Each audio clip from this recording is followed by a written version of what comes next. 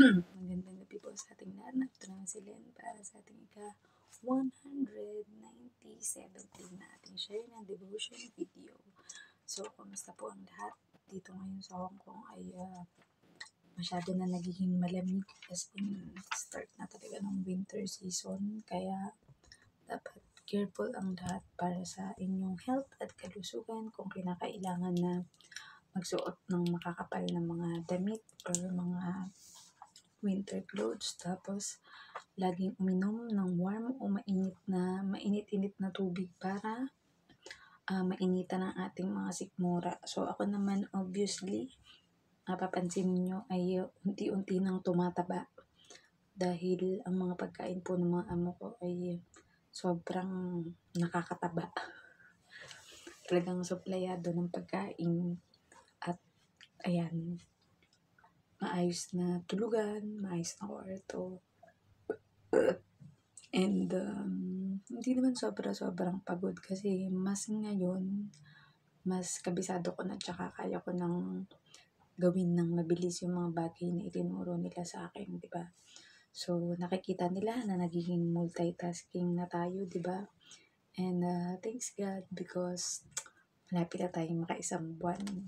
So, hari nawa sa tulong at gabay ng Diyos ay matapos natin ang ating kontrata ng maluwalhati at maging pagpapala tayo sa ating mga amo at pasalamat sa Diyos na sila din ay naging isang malaking pagpapala sa atin. So, bago tayo po magsimula ng ating pag-aaral ng devotion, wag po natin kakalimutan ang mag-pray at manalangin sa ating Panginoon ngayong gabi. So, Ama naming Diyos, na makapangyarihan sa lahat, narito po kami muli, Panginoon, nagpapasalamat, pinupuri at dinadakilan ang inyong pangalan, Panginoon. Salamat po sa buhay, kalakasan at tiningan na ipinagkakalob niyo sa amin sa bawat araw, Panginoon, at dalangin namin ang patuloy na proteksyon at pag-iingat, Panginoon, lalo na sa pabago-bagong panahon at iba't ibang weather, Panginoon, na nararanasan, Panginoon, ng bawat mga bansa, Panginoon. Alam po namin na ang mga climate change na ito, Panginoon, ay hindi magiging hadlang upang kami makapaglingkod at makapagsilbi sa inyo, Panginoon. At ngayon po, dadako na naman kami muli sa pag-aaral at pagbubuli-buli ng inyong mga salita, Panginoon. We pray, Lord God, na ang mga magagawin namin pag-aaral na ito, Panginoon, ay para lamang sa inyong kapurihan, Panginoon. At hindi po kami ang maitaas, Panginoon, kundi kayo lamang po, Panginoon. Tunay na ang lahat ng bagay, Panginoon, ay utang namin sa inyo, Panginoon. Ang karunungan, kayamanan ng oras, Panginoon, at ang mga talent, Panginoon, ay pinagkakaloob niyo sa amin, Panginoon. At dalangin namin, Panginoon, na kayo ang hihipo sa puso ng bawat tao makakapakinig, Panginoon, ng inyong mga salita, Panginoon. At let your divine and Holy Spirit, Panginoon, na siyang magpuspos sa amin, Panginoon, upang ang aming gagawin ito, Panginoon, ay maging kalugod-lugod sa inyong harapan, Panginoon.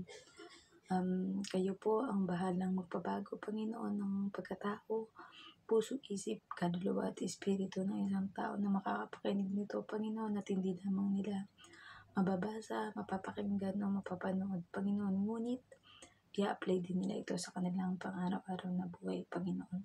Muli, binabalik po namin ang lahat ng papuri at pasasalamat sa tanging pangalan ng bugtong na anak na si Jesus. Amen. So, ito po yung makikita natin sa Lucas 22:2, diba? So, yung naging topic kagabi ay ang balak laban kay Jesus. So, ngayon naman, ang naririto po, ibabasahin ko muna. Ang mga punong pari at mga tagapagturo ng kautusan ay naghahanap ng paraan upang mapatay nila si Jesus. Ngunit nag-iingat sila dahil natatakot sila sa mga tao. Message, sinasabi nga dito na ang mga punong pari daw at mga tagapagturo ng kautusan ay naghahanap ng paraan para mapatay si Jesus. Pero ang mga ito daw ay nag-iingat dahil natatakot sila sa mga tao. Kailan ba nagkakaroon ng takot ang isang tao? Kapag ang ginagawa, iniisip o sinasabi nito ay mali o masama. Dahil ang balak na ito ng mga punong pari at mga tagapagturo ng kautusan ay mali. Nais nilang ipapatay si Jesus kahit wala namang ginagawang masama sa kanila. Pinagari nila sa kanilang puso at isip ang inggit at galit, kaya nakakaisip sila at nagbabalak ng masama sa kapwa nila. Kaya punuin natin ng mabuting laman ang ating mga puso at isip sa pakikinig, pagbabasa at pag-aaral ng mabuting balita ng Diyos o Biblia.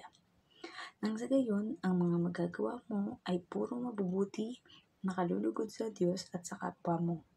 Magiging masaya at mapayapa ang buhay mo at wala kang kaaway. Kaya siguradong si Satanas ang galit na galit sa atin kapag sinunod natin ang Diyos at mga aral niya. So, puri na pagkabasa ng mabuting balita ng ating Panginoong Diyos, diba?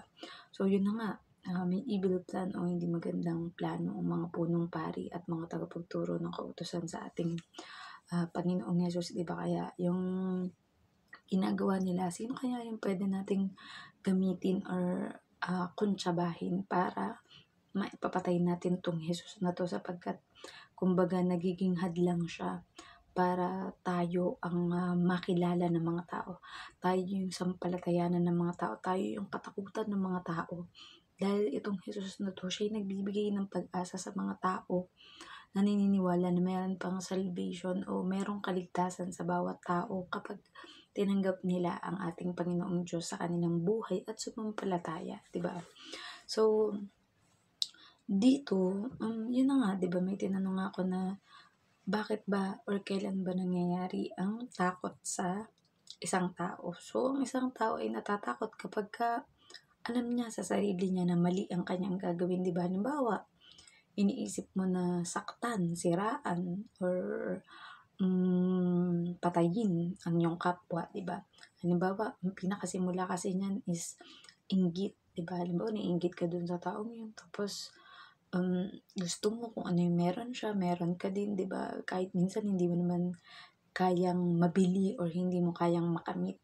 Dahil syempre may ibang tao na binless ni Lord na magkaroon ng mga material na bagay, magandang pamumuhay, diba? Pero sabi nga, hindi natin dapat ibase dun yung ating kaligayahan, kundi pinagpala tayo ni Lord sa iba't ibang mga pamamaraan. Ngayon, nasa sa atin yun kung paano natin tatanggapin, paano natin i-accept, kung paano natin pagyayamanin, if kaya namang pagyaman o makultivate siya para mas lalong maging kagamit-gamit, lalong higit para sa kaluwalhatian at kapurihan ng ating Panginoon, diba? So, yun, kapag isang tao alam niya or guilty siya sa sarili niya na mali yung ginagawa niya, diba? Kaya nga, sa mga husgado or sa mga hukuman, 'di ba? Merong mga judge, o 'di ba? Or mga attorney na tagapagtanggol ka.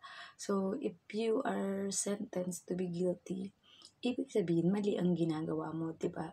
Pero kapag alam mo sa sarili mo na wala kang ginawang masama, pinagbintangan ka, sabi, huwag kang matakot kasi ang Diyos ang magtatanggol sa iyo, 'di ba? So, kahit sobrang ginajudge ka man ng mga tao na, ay, masama yung tao, pumatay yan, or nagnakaw yan, or basta, yung any mga pwedeng sabihin sa ng tao na masama, di ba? Ating Panginoong Yesus nga, kung tutuusin, wala naman siyang ginagawang masama, di ba? Pero, bakit ganun na lang katindi yung galit sa kanya ng mga punong pari at mga tagapagturo ng kautusan? Pero, ang nangyayari po kasi dito is talagang matindi yung pagkainggit o pagkagalit sa kanya ng mga taong ito, sapagkat ang ating Panginoong Yesus ang nagbigay ng pag-asa sa mga tao na yung mga tinatakot ng mga punong pari naman. Kumbaga, they want the control na maging sa kanila. Diba? Gusto nilang kontrolin ang mga tao sa pamamagitan ng pananakot sa mga ito na kapag hindi, halimbawa, isang tao, halimbawa ako, kunyari for example, may nananakot sa akin na kapag hindi mo ibinigay sa akin yung pera mo na yan, yung kayamanan mo na yan, yung ari-arian mo na yan, ay hindi ka makakapunta sa kaharian ng ating Panginoong Diyos, diba? Which is mali po yun, diba? Hindi tumitingin ang Panginoong Diyos sa material na bagay, diba? Kundi tumitingin ang Panginoong Diyos sa nilalaman ng ating puso at nilalaman ng ating isip ko ang naririto ba at naghahari ay siya bilang ating Diyos at tagapagligtas, diba? And it's never too late para sa bawat isa sa atin, 'di ba? Iniisip siguro ng iba na, "Ay, wala na akong pag-asa kasi puro masasama yung ginawa ko in the past." Pero sabi nga, God is a God of many chances, 'di ba? As long as nabubuhay ka, as long as you're breathing, as long as may tsansa ka pa, 'di ba? Yung wag mo nang hintayin na sa naghihingalo ka na bago ka pa magbago, bago ka pa mag-repent, bago ka pa mag-ask ng forgiveness sa ating Panginoon at lumapit sa Kanya sa bawat araw.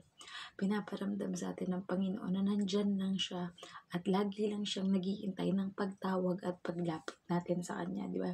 Hindi tayo dapat mahiya sa ating Panginoon dahil hindi gaya ng mga tao na kayang-kaya kang husgahan o i-judge ang ating Panginoon kahit gaano kakasama, kahit anong kamalian man ang nagawa mo ay kayang-kaya pa rin tayong tanggapin at patawarin ng ating Panginoon. And yun nga, sabi nga, faith comes from hearing and hearing the word of God. So, panatiliin natin na tayo nagbabasa, nakikinig, or nanonood ng mga preaching or mga Bible verses na alam nating mga preaching na talagang Bible-based, diba? Nang sa gayon, hindi tayo maligaw kung ang nais nyo naman, magkaroon din kayo ng parang daily devotion, diba? Na kung saan magkakaroon kayo ng talagang pagsasaliksik o pag-aaral na sabi nga, if you need wisdom, you ask it from the Lord. And the Lord is very generous na ibigay sa atin kung ano man ang ating hinihingi sa Kanya. So, nawa po may natutunan kayo sa ating pag-aaral ng ating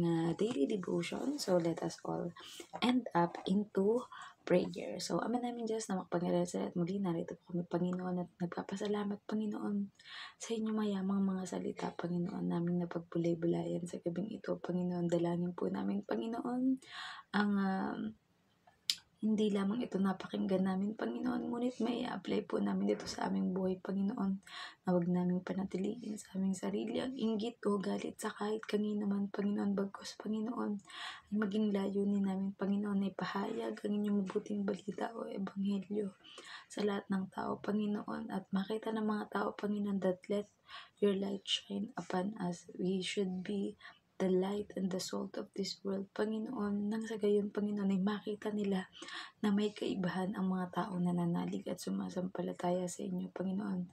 We also pray, Lord God, para sa mga pinansyal na mga problema ng bawat tao, Panginoon, sa buong mundo, Panginoon, ang lahat ng mga trabaho, negosyo, Panginoon, at mga pinagkakakitaan, mga balak na ipagawa ng mga tao, ng mga school, ng mga hospital, Panginoon, ng mga churches pa, Panginoon, at kung ano pa man po, Panginoon, na binabalak, Panginoon, bumili ng mga sasakyan, at anything po, Panginoon, na para sa enlargement ng inyong kingdom dito sa mundo, Panginoon, ay alam namin, Panginoon, that you are God, the provider, Panginoon. Gayon din po, Panginoon, pinapanalangin namin ang kalusugan, Panginoon, ng bawat isa. We know, Lord God, that you are a healer, Panginoon, na any physical, mental, emotional, and spiritual sickness, Panginoon, ay gagaling, Panginoon, sa inyong kalooban, Panginoon. Ngunit kung ang kalooban nyo, Panginoon, ay sila ay tuluyan ng mamahinga, Panginoon, at makasama nyo na sa inyong kaharian, Panginoon,